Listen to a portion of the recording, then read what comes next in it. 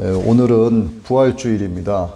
예수님께서 십자가에서 죽으시고 부활하셔서 우리를 살리신 것처럼 이제는 우리가 나를 죽이고 예수님을 다시 살리는 그런 성도의 삶을 살아가야 됩니다.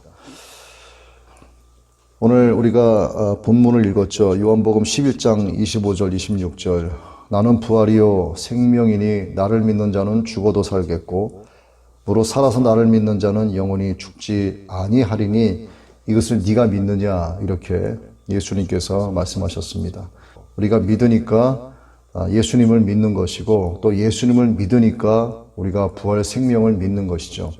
그래서 오늘 말씀의 제목은 예수 그리스도의 부활입니다. 부활하신 예수님을 믿고 우리가 예배자로 살아가면서 늘 찬양하고 있습니다.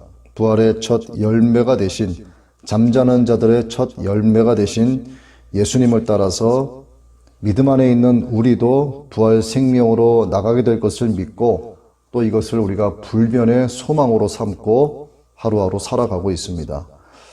확고한 기독교 신앙을 갖게 하는 결정적 근거가 되는 세 가지가 있는데, 첫째는 예수 그리스도는 죄를 가진 사람의 아들이 아니라 성령으로 잉태되어서 태어나신 하나님의 아들이라는 사실입니다. 그런데 그분이 사람의 몸을 입으시고 사람에게서 태어나셨죠. 그래서 주님은 자신을 인자다 이렇게 말씀하셨어요. 그리고 두 번째, 한 번 죽는 것은 하나님께서 사람에게 정해 놓은 것이기 때문에 인자로 오신 예수님께서도 모든 사람과 동일하게 한 번 죽으셔야 했습니다. 그러나 그 죽음은 그 자신의 죽음이 아니라, 그의 죄로 말미암은 죽음이 아니라 많은 사람들의 대속물로서의 죽음이었다 하는 사실이죠. 그리고 세 번째, 가장 대표가 되는 확고한 기독교 신앙의 결정적 근거라고 할 수가 있는데, 예수님께서 십자가에서 죽으신 지 사흘 만에 무덤에서 부활하셨다는 사실입니다. 예수님께서 메시아라고 하는 사실을, 그리스도라고 하는 사실을, 우리의 구세주라고 하는 이 사실을 절대로 부정할 수 없는 결정적 증거가 바로 부활 사건이죠. 그래서 부활신앙은 기독교의 핵심이라고 할 수가 있습니다.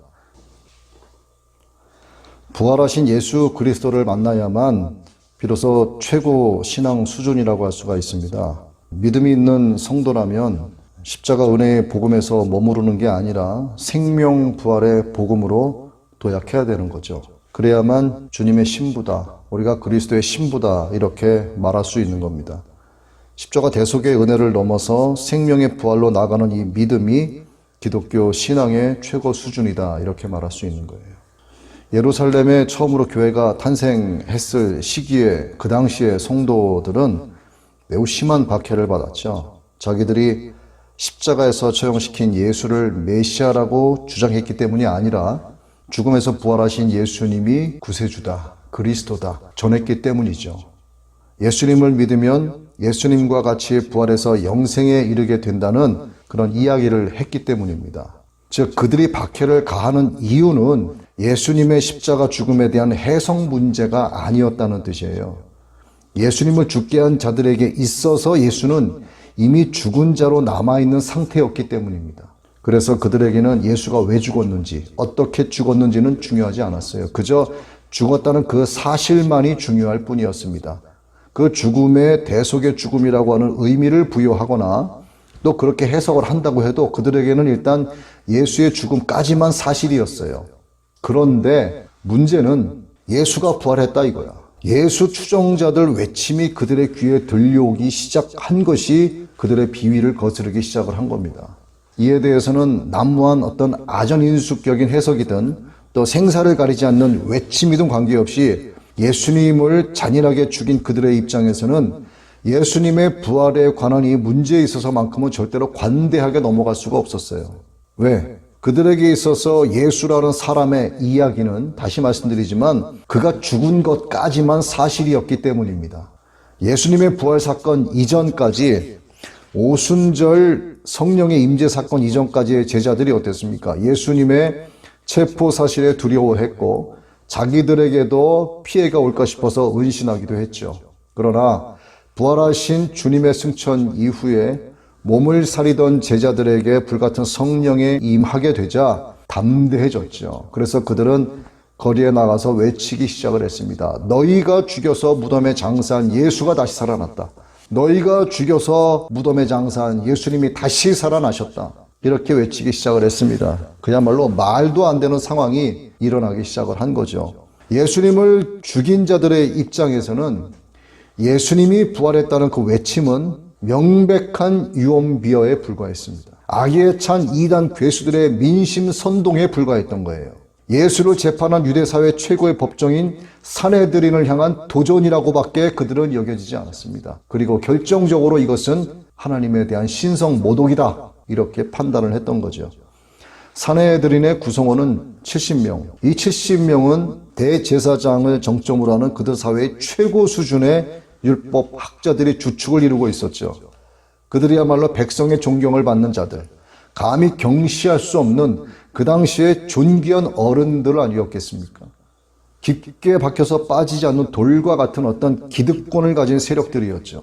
산헤드린 법정은 믿어지지 않고 또 믿을 수도 없는 이 유언비어를 날조하고 유포하는 예수의 악랄한 제자들을 결코 용납할 수가 없었습니다. 그래서 제자들을 체포해서 법정에 세웠죠. 그때 수제자로 꼽히는 베드로와 요한이 세워졌습니다. 그런데 산헤드린 법정의 사람들이 아주 놀란 게 있었어요. 잔뜩 겁을 집어먹고 예수를 부인했었던 베드로와 요한이 법정에 붙잡혀와 있으면서도 두려워하기는커녕 당신들이 죽인 예수를 하나님이 다시 살리셨다, 당당하게 증언하는 모습에 그들은 놀라지 않을 수가 없었습니다. 심판자들의 입장에 앉아있는 그들에게 있어서 제자들의 증언은 그저 산헤드린을 향한 도전으로밖에는 보이지 않았지만 어쨌든 놀란 것은 사실이었어요. 그러나 법정은 민심을 고려하지 않을 수 없었습니다. 그래서 그들을 일단 석방을 했죠. 그러면서 다시는 예수의 부활을 말하지 말라고 엄격하게 명령을 했습니다. 하지만 제자들에게 있어서 그 엄격한 법정의 경고는 더 이상 경고가 아니었죠. 그들은 조금도 굴하지 않고 오히려 더 공격적으로 이렇게 말했습니다. 하나님 앞에서 너희의 말을 듣는 것이 하나님의 말씀을 듣는 것보다 옳은가 판단해보라. 우리는 보고 들은 것을 말하지 아니할 수 없다. 이 같은 담대한 용기의 근거가 뭐냐? 바로 예수님의 부활이 진실이었기 때문입니다. 거짓말에 자신의 목숨을 바치는 바보가 이 세상에 있을까요? 누구라도 자신의 자존심을 지키기 위해서 불처럼 사그라지는 세상 가치에 목숨을 걸지 않습니다. 하지만 제자들은 더 이상 죽음이 두렵지 않았죠. 부활의 첫 열매가 되신 예수 그리스도를 따라 영원히 사는 것과 몸이 다시 사는 것을 믿었기 때문입니다. 그리고 제자들이 목숨을 걸고 외쳤던 진실 또 하나가 바로 예수님 그분이 하나님의 아들이신 메시아, 곧 그리스도라고 하는 사실이었습니다. 그러니 담대해질 수밖에 없었죠. 그들은 여러 차례 죽음에서 부활하신 예수님을 만났습니다. 예수님은 부활하신 몸으로 40일 동안 제자들 앞에 나타나셔서 사도행전 1장 3절에서와 같이 하나님 나라에 대하여 이전처럼 가르치셨어요. 제자들이 환상을 본 것처럼 예수님께서 한두 번 그냥 나타나신 게 아니라 여러 번 자주 나타나셨다는 겁니다. 마치 아예 죽음을 경험하지 않고 생명이 그냥 그대로 쭉 이어져 온 것처럼 자연스러운 만남의 관계가 지속되었다는 사실이에요. 이쯤이면 제자들의 입장에서는 절대로 부활을 의심할 수가 없었습니다. 한두 번의 출현이라고 한다면 어떤 환상이다 이렇게 생각할 여지가 있을 수 있겠지만, 그러나 예수님의 부활은 의심하고 싶어도 의심할 여지가 없는 너무나도 뚜렷하고 명백한 사실이었습니다. 오히려 예수님의 부활을 믿지 못하는 것이 예수님의 부활을 믿는 것보다 더 어렵게 된 거예요. 그러니 그 지엄한 법정이라고 해서 어찌 예수님의 부활을 외치지 않을 수 있었겠느냐 하는 거죠. 기독교는 십자가 대속의 죽음으로 끝나는 종교 중에 하나가 아니죠. 무덤에서 부활로, 죄와 사망에서 영원한 생명으로 나아가는 부활 생명의 신앙 그 자체라고 합니다. 그래서 기독교 최고의 신앙은 십자가 대속의 은혜를 넘어서 영원한 부활 생명으로 나아가는 믿음, 이게 진짜 기독교 최고의 신앙이라고 할 수가 있는 거예요. 그래서 이 믿음이 성경에 기록된 진짜 참 믿음이고, 그래서 이것이 우리의 믿음이어야만 한다는 겁니다. 이 세상에서 절대로 믿을 수 없는 진짜로 아주 황당한 거짓말 한 가지가 있다고 가정을 해보겠습니다. 그런데 그 거짓말을 이 대명천지의 말이죠. 세상 온 인류, 온 인구의 약 30%가 진실이다 이렇게 믿고 있다고 치자고요. 자, 그렇다면 이것을 뭐라고 해석을 해야 되겠는가? 이걸 거짓이라고 말하는 게 좋을까? 아니면 진실이라고 말하는 게 좋을까? 그 30%를 보면 남녀노소, 건강한 자든 병든 자든, 키가 크거나 작은 자든, 다혈질의 사람들, 온순한 사람들, 잘생기거나 못생긴 사람들, 부자나 가난한 사람들, 교육을 받거나 못 받은 사람들, 무명자이거나 아니면 온 세계가 다 아는 기라성 같은 학자들이거나 예술가들이거나 세계 모든 나라의 각 인종 등이 다양하게 섞여 있는 거예요. 자, 그렇다면 이것이 과연 거짓일까요? 진실일까요? 여기서 30%에 해당하는 사람 가운데 제가 딱 두 사람만 예를 들겠습니다. 한 사람은 변호사이면서 정치가인 로버트 그린 잉거솔이라는 사람인데 그는 불가지론으로 아주 명성을 떨친 사람이죠. 불가지론, 간단히 말씀드리면 무신론이다. 신은 존재하지 않는다 하고 변증하는 이론을 불가지론이라고 해요. 그 무신론 강연장에서 이렇게 얘기합니다. 하나님이 있다면 5분 안에 나를 죽여라. 이렇게 기염을 토했습니다. 아주 하나님을 깔본 거죠. 5분이 지나자 그가 말했어요. 여러분 보셨죠? 나는 살아있습니다. 죽지 않았습니다. 하나님이 없기 때문에 내가 살아있는 거 아니겠습니까? 하고 의기양양하게 말을 했습니다. 문명이 더 발달하면 하나님이 없다는 증거가 명백하게 드러날 것입니다. 하고 로버트 그린 잉거솔이 아주 의기양양하게 자신있게 말을 했어요. 훗날 그가 어떻게 되었을까요? 그는 신실한 크리스찬이 되었습니다. 또 한 사람이 있어요. 그의 친구 류 윌리스라는 사람인데 미국의 남북전쟁 때 장군이었고 또 신이 없다고 한 이 로버트 그린 잉거솔의 주장에 적극적으로 동의한 사람이었습니다. 이 류 윌리스는 예수의 부활은 날조되었다. 내가 이 증거를 찾고야 말겠다. 그래서 수년 동안 예수의 부활이 거짓이라고 하는 사실을 밝혀내기 위한 자료를 찾기 위해서 아주 혈안이 되어 있었어요. 눈을 시뻘겋게 트고 예수의 부활은 거짓이다, 날조된 것이다 하는 증거를 찾기 위해서 온갖 애를 다 썼습니다. 증거만 찾아내면 날조된 예수의 부활이란 주제로 책을 쓰려고 했었어요. 날조된 게 사실이라면 그야말로 천지개벽이 일어나는 충격이 온 인류 사회를 휩쓸 것이다. 그래서 자기는 그 책 한 권으로 천문학적인 부자가 될 것이다 이렇게 생각을 하고 날조된 예수의 부활이란 책을 쓰기 위해서 그 증거 자료를 수집하기 위해 노력을 했습니다. 그런데 훗날 그가 고백을 했어요. 예수님이 부활하셨다는 증거는 허다한데 부활을 뒤집을 만한 증거는 찾을 수가 없었습니다. 그래서 부활 사기극을 쓰려고 했던 류 윌리스는 정반대로 그리스도의 이야기라고 하는 책을 써요. The Tale of the Christ. 그 소설의 주인공 이름이 바로 벤허라는 사람입니다. 그러니까 여러분들이 다 알고 계시는 벤허의 제목을 가진 그 책이 바로 류 윌리스가 쓴 책이에요. 과거 유대인 대학살의 역사를 말없이 보여주고 있는데 정말 이 뼈 마디마디가 녹아내릴 듯한 어떤 가슴속 깊은 울림을 주는 그런 곳이 있습니다. 그것이 이스라엘의 야드바셈 홀로코스트 박물관인데 박물관 끝에 추모의 방이 있어요. 거기 선반마다 빼곡히 쌓인 노트가 있습니다. 노트에는 손으로 직접 쓴 당시에 살해당한 유대인 600만 명의 이름이 빼곡하게 기록이 되어 있어요. 당시 죽음의 수용소를 지키던 나치 간수들에게 나누어진 상부의 공문서도 이 박물관에 그대로 보관되어 있습니다. 그 공문서에 끔찍한 다음과 같은 문구가 기록이 되어 있다고 해요. 죽을 사람들은 끝까지 속여야 된다. 이것이 수용소의 법이다. 유대인 자신들이 나치에 의해서 어떻게 죽음을 당하게 되는지 끝까지 모르게 하라는 이 문구.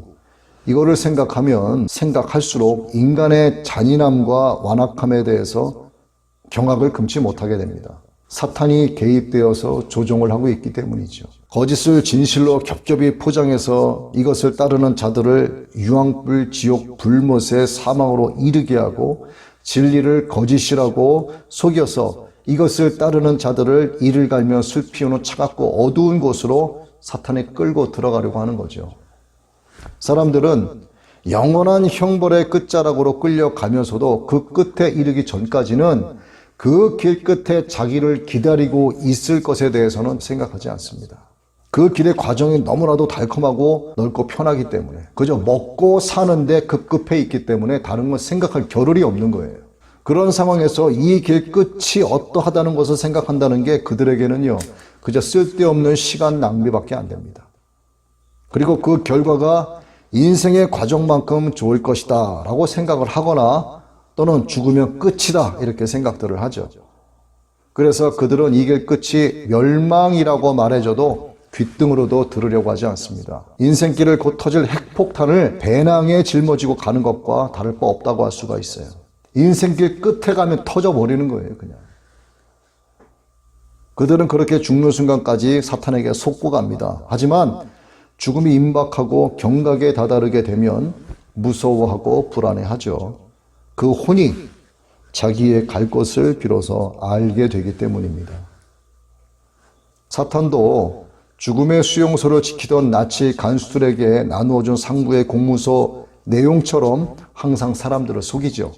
지옥 갈 사람들은 끝까지 속여야 한다. 이것이 지옥의 법이다. 여기에 속으면 끝장나는 겁니다. 모든 인류가 알고 있지만 쉽게 간과하고 있는 이 사실을 상기해야 되죠. 인류의 역사가 바로 예수 그리스도의 탄생을 기점으로 분리되었다는 사실입니다. BC, Before Christ, 즉 예수 그리스도 탄생 이전의 역사와 AD, 아노 도미니, 곧 예수 그리스도의 탄생 이후의 역사죠. BC와 AD가 예수 그리스도의 탄생을 기점으로 나누어진 겁니다. 정복자에게 무죄 판결을 받고도 십자가에 처형된 예수님이 왜 인류 역사의 중심에 계실까? 답은 간단합니다. 그분은 십자가에서 인류의 죄를 대신해서 죽으셨지만 사흘 만에 부활하셨기 때문이에요. 그래서 자신이 메시아인 것을, 자신이 곧 하나님의 아들이신 것을 증명하셨기 때문입니다. 그래서 누구든지 예수 그리스도를 믿으면 멸망하지 않고 영생을 얻는다는 것은 사실인 거예요. 이것이 세상 인구의 70%가 거짓으로 알고 있는 십자가 복음, 곧 진리의 말씀인 성경의 기록입니다. 약 80억 가까이 되는 인류는요, 그 70%가 성경은 가짜다라고 이야기해요. 나머지 30%는 성경은 진실이다라고 믿고 있지만 믿음에 머무르는 경우가 많아서 안타까움을 더하죠. 그래서 예수를 믿는다, 교회를 다닌다, 은혜의 십자가 복음으로 끝나는 게 아니라 생명 부활의 복음의 소망을 갖고 신앙생활을 해야 된다는 겁니다. 그러므로 이제 그리스도 예수 안에 있는 자에게는 결코 정죄함이 없나니 이는 그리스도 예수 안에 있는 생명의 성령의 법이 죄와 사망의 법에서 너를 해방하였습니다. 로마서 8장 1절로 2절. 예수께서 이르시되 나는 부활이요 생명이니 나를 믿는 자는 죽어도 살겠고 무릇 살아서 나를 믿는 자는 영원히 죽지 아니하리니 이것을 네가 믿느냐. 요한복음 11장 25에서 26절이죠. 믿느냐라고 주님께서 물어보시면 우리는 아멘으로 화답을 해야죠. 그러나 입으로만 아멘이 아니라 우리의 삶이 다시 살자로 살아가야 한다는 겁니다. 삶을 통해서, 우리의 행위들을 통해서 아멘 신앙을 가져가야 된다는 겁니다. 교회를 오래 다녀도, 심지어는 모태신앙인데도 또 3대, 4대의 뿌리 깊은 전통의 신앙 가정이라고 하는 배경을 가지고 있어도 신앙적으로 매우 무기력한 사람들이 비일비재해요. 도대체 왜 그럴까? 기도해야 되는 것도 알고 있고 이 교회에서 활동하는 것도 믿음의 열매로서 내가 솔선수범해야 된다 하는 것도 당연히 알고 있어요. 마땅히 전도해야 되는 것도 알고 있어요. 그런데 왜 아는 것에서만 머물러 있고 하고자 하는 의지가 생기지도 않을까? 도대체 왜 그럴까? 이렇게 왜라고 하는 의문부호를 아무리 나열해도요, 설득력 있는 해석이 떠오르지 않는다면 신앙의 수준이라고 하는 측면에서 한번 시선을 고정시켜 볼 필요가 있습니다. 신앙의 수준. 그러나 이 신앙의 수준은 신앙의 오래된 연륜이나 좋은 신앙적 배경을 가리키는 게 아니에요. 초신자는 교회 출석하기 시작한 초기 단계에 있는 사람을 보통 가리키죠. 또 별로 아는 게 없어요. 가까이 있는 어른을 보고 배우는 어린아이와 같습니다. 그래서 먼저 된 자는 반드시 신앙의 모범을 보여서 영적으로 어린 성도가 보고 배울 수 있게 해야 됩니다. 다음은 예배 생활과 성경 읽기로 마음을 깨닫는 단계인데, 그것 예수 그리스도의 십자가 대속의 은혜를 믿게 된 단계입니다. 구원의 은혜를 감사하는 단계라고 할 수가 있어요. 거기까지 소요되는 시간은 사람마다 다릅니다. 과정도 다를 수 있고 은혜의 깊이와 감동도 다를 수 있어요. 그러나 예수 그리스도의 십자가 대속의 은혜를 믿고 감사하는 수준이 최고 수준의 신앙으로 단정 지을 수는 없다는 얘기예요. 구원 받았으니 천국 간다는 그 믿음에서 머무르기 때문입니다. 여기까지는 그리스도인으로서 죄에 대한 자유와 긍지를 품고 살아가죠. 여기까지는 이신칭의의 말뚝박은 믿음입니다. 안타깝게도 기독교인들 대개가 이 수준에 머물러 있는 거예요. 이 수준에 있는 분들은 나는 그리스도인이다 이렇게 말하면서 기도하라고, 전도하라고, 봉사하라고, 말씀을 읽어야 된다고, 섬기라고, 빛이 되어야 한다, 소금이 되어야 한다, 거룩히 구별된 생활을 해야 된다 외쳐대는 목사님의 설교에 고개를 끄덕이긴 해요. 입으로 아멘도 합니다. 그러나 행동으로는 아멘하지 못해요. 대답은 잘하는데 행함은 없습니다. 십자가 대속의 은혜에 머물러 있는 정체된 신앙의 수준에서 벗어나지 못했기 때문이에요. 우리는 흔히 십자가 복음이다 그러면 전부라고 생각을 하죠. 맞아요. 전부입니다. 그런데 십자가 복음, 이것은 말로써 나오는 복음이 아니에요. 삶을 통해서 녹아져 내린 복음이 실제 하나님의 능력으로 나타나야지만 진짜 십자가 복음이 맞는 거예요. 십자가 복음은 놀라운 은혜고 이 은혜가 있으면 충분합니다. 뭐 더 이상 바랄 게 없어요. 그러나 십자가 복음이 주는 대속의 은혜에만 머물러 있으면, 다시 말씀드리지만 구원받을 은혜에 발을 담그고 더 이상 앞으로 나아가지 않으면 그 수준은 하나님이 기뻐하시는 신앙의 수준이라 보기가 어렵다는 겁니다. 신앙이라면 확고한 기독교 신앙의 결정적 근거가 무엇인지 정도는 알아야 되는 거예요. 이미 우리에게 오신 예수님은 원죄를 지닌 사람의 아들이 아니라 처녀의 몸에서 성령으로 잉태되어 태어난 하나님의 아들이라는 사실. 한 번 죽는 것은 하나님께서 정해놓은 것이기 때문에 인자로 오신 주님도 모든 사람과 동일하게 한 번 죽으셔야 했다는 사실이죠. 그러나 그 죽음은 제가 앞서도 말씀을 드렸습니다만 예수님 자신의 죄로 말미암아 죽은 것이 아니라 많은 사람의 대속물로서의 죽음이었다라고 하는 사실을 기억해야 된다는 거죠. 그리고 죽은 지 사흘 만에 무덤에서 부활하셨다는 사실입니다. 그분이 그리스도라는 부정할 수 없는 결정적 확증이 바로 부활 사건이라는 거죠. 제가 서두 부분과 또 지금에서 똑같은 내용을 이렇게 반복을 한 것은 매우 중요하기 때문입니다. 기독교 신앙의 결정적 근거가 되는 것들이기 때문에 말씀을 드리는 거예요. 바로 이겁니다. 부활하신 예수 그리스도를 만나야만 최고 신앙 수준이라고 할 수가 있어요. 그래서 십자가 은혜의 복음에 머물러 있으면 되는 게 아니라 생명 부활의 복음으로 도약하는 믿음이어야 한다는 겁니다. 결론적으로 기독교 최고의 신앙 수준은 십자가 대속의 은혜를 넘어 생명의 부활로 나아가는 믿음이다 하는 사실을 꼭 기억하셔야 됩니다. 요한복음 11장 25, 26 다시 말씀드립니다.